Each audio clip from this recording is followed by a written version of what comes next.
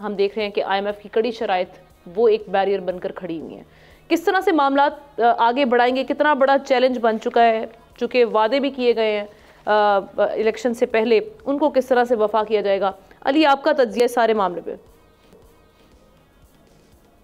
जी देखिए, बड़ा इंटरेस्टिंग है। हुआ ये है कि बेस प्राइस जब आप गंदम की सेट करते हो तो उसके बाद आप बेसिकली गंदम की काश्त से क्रॉप बोने से पहले आप हुकूमत कह देती है कि इस दफा हम इतने की लेंगे।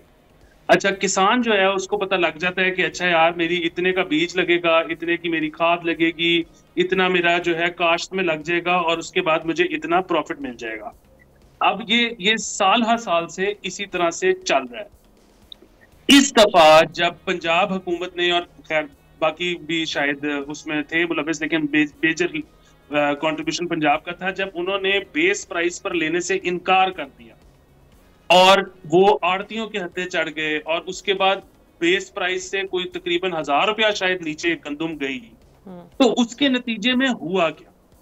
उसके नतीजे में हुआ ये कि ये जो अब फ्लॉन्ट करते फिरते हैं ना कागज लेके कि जी इन्फ्लेशन हम जो है वो सिंगल डिजिट में ले आए हैं।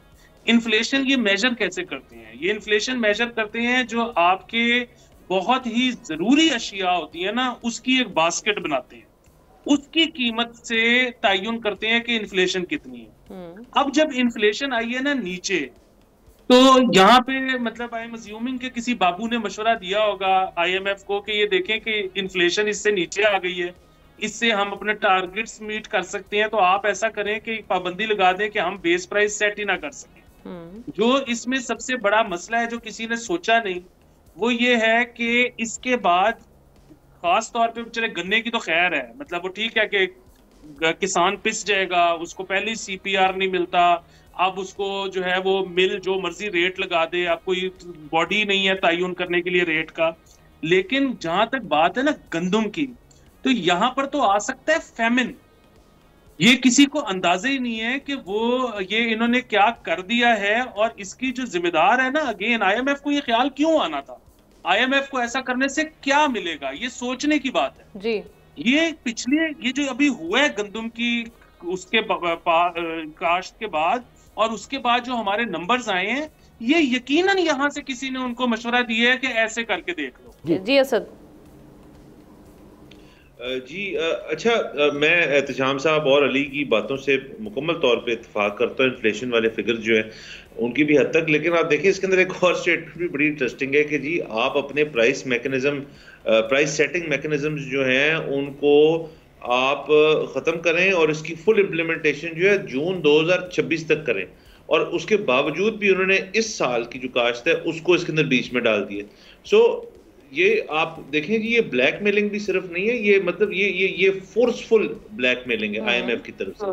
ये तो एक बिल्कुल एक मजाक वाली चीज है कि हुकूमत जो है वो इस खुशी से और इस चीज से कि $7 बिलियन हमें मिल जाए किसी तरह, और उसके बाद हम मुल्क ठीक कर देंगे। ये देखें जी, हमारा कौन सा वह पैकेज है जिसके अंदर अगर इतने बिलियंस ऑफ डॉलर्स उनको क्यूमुलेट कर लें तो उसके अंदर क्या हुआ है?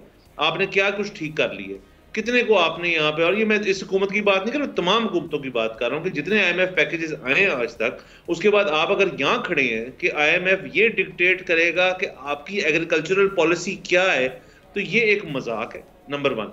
नंबर 2, उसके बाद आप देखें काश्तकार को, देखेंगे इस साल उनको पूरे साल के अंदर और पिछले साल के अंदर दो चीजों का दचका पड़ा, और आयरनी ये है कि वीट जो है, जो क्रॉप है, उसके अंदर ये केयरटेकर गवर्नमेंट ने जी इंपोर्ट कर ली, वो हमें मिली नहीं, वो सारा किस्सा हमें पता है। उसके अंदर लोग मामला डालते रहे, बिल्कुल पड़ी रही, कनक पड़ी रही, वीट पड़ी रही, बिकी नहीं, उनको नुकसान हुआ मार्केट के अंदर। ये तो देखिए ना, जो IMF करना चाह रहा है, इसका ट्रायल रन तो हम कर चुके हैं। हमने फ्री मार्केट, ओपन मार्केट के अंदर बेचने की कोशिश कर ली है। लोग जो दाम लगाते हैं, जब प्रेशराइज्ड होता है काश्तकार, तो आप उससे जिस मर्जी में ले लें। अब उन्होंने इसके अंदर, आपने इंट्रो में जिक्र किया कि फर्टिलाइजर के ऊपर भी वो कह रहे हैं जी कि आप प्राइस कंट्रोल खत्म करें। तो इट्स द सेम थिंग कि फर्टिलाइजर अगर महंगा मिल रहा है तो मैं काश्त कैसे करूंगा? तो एंड में यही होगा जी कि जो कुछ क्रॉप्स जो हमारी बम्पर भी लगते हैं, जिनके जो हमारी इसेंशियल क्रॉप्स हैं, वो लोग काश्त नहीं करेंगे। उसके फिर क्या करेंगे जी? हम फिर से इंपोर्ट करेंगे। इंपोर्ट करने के लिए क्या चाहिए होते हैं? पैसे चाहिए होते हैं। अब पैसे हमारे पास, हमें पता है नहीं, तो आप क्या करेंगे? ये एक नया, देखिए कितनी मजेदार बात है कि हम एक साइकिल में फंस गए हैं और हम उसके साथ ना 4-5 और साइकिलें इकट्ठी कर रहे हैं, जो कि हम आहिस्ता आहिस्ता उन सब साइकिल्स के अंदर फंसने की कोशिश करेंगे और इवेंचुअली जो है नुकसान किसका होगा? काश्तकार का होगा, अवाम का होगा, करंट अकाउंट डेफिसिट बढ़ेगा, हर चीज इसके अंदर जो है वो नेगेटिव है। I am sorry. एंड हुकूमत ने इस पर्टिकुलर चीज को, अली का अगर पॉइंट मैं फर्दर करूं कि इसके ऊपर कोई आउटरीच का है, वो टेक्सटाइल मिल ओनर्स जो हैं उनका आउटरीच है, कॉटन भी इसके अंदर मौजूद है, किधर है आउटरीच? ये मुझे तो नहीं नजर आ रहा। सो सारा आउटरीच जो है वो अवाम सफर करेगी, काश्तकार सफर करेगा। मैं तो बेसिकली जी इसके अंदर और कोई तज्जिया नहीं देना चाहता, मैं तो सिर्फ ये कहूंगा कि इससे गुस्सा भी चढ़ता है, इससे दुख भी होता है। और अब जो आपकी बेसिकली आपकी जो $7 बिलियन जो है उसको अटेन करने के लिए जो जो चीजें आप दे रहे हैं, उसके बाद आप आज से कुछ साल बाद देखेंगे कि जी हमने, वो कोई हुकूमत आएगी कहेगी जी उन्होंने किया था, वो कहेंगे नहीं जी उन्होंने पहले ये किया था। ये गेम जब तक नहीं खत्म होगी, तब तक ये साइकिल नहीं टूटेगा, तब तक हम कहीं नहीं पहुंचेंगे। आई एम वेरी सॉरी, इसके अंदर कोई मेरा और मजीद कमेंट है ही नहीं। सब्सक्राइब करें और बेल दबाएं ताकि कोई खबर रह न जाए।